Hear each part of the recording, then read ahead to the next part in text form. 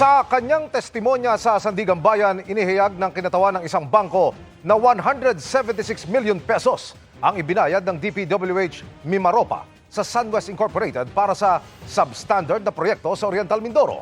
Nakatutok si Maki Pulido.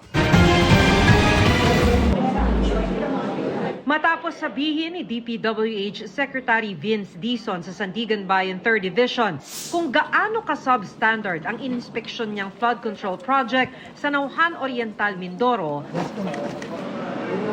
ngayong araw, proseso naman ang pagbayad ng DPWH Mimaropa sa construction company na SunWest Inc.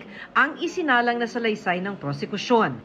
Ang SunWest ay kumpanyang itinatag ni dating Congressman Zaldico na kasama sa kinasuhan ng malversation sa flood control project sa Nauhan.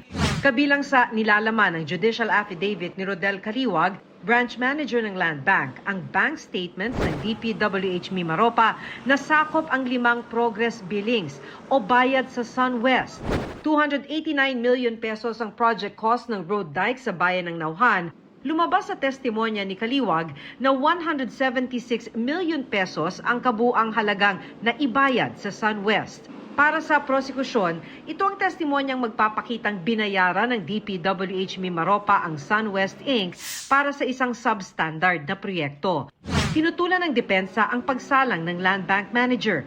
Wala raw itong kakayahang isalaysay ang proseso dahil wala siyang partisipasyon sa paghahanda ng mga disbursement. Pero pinayagan ito ng mga mahistrado dahil bilang branch head, alam daw niya ang tamang proseso. Nasa yugto ang paglilitis sa bail hearing ng mga taga-DPWH Mimaropa. Si Ko at mga opisyal ng SunWest pinaghahanap pa rin.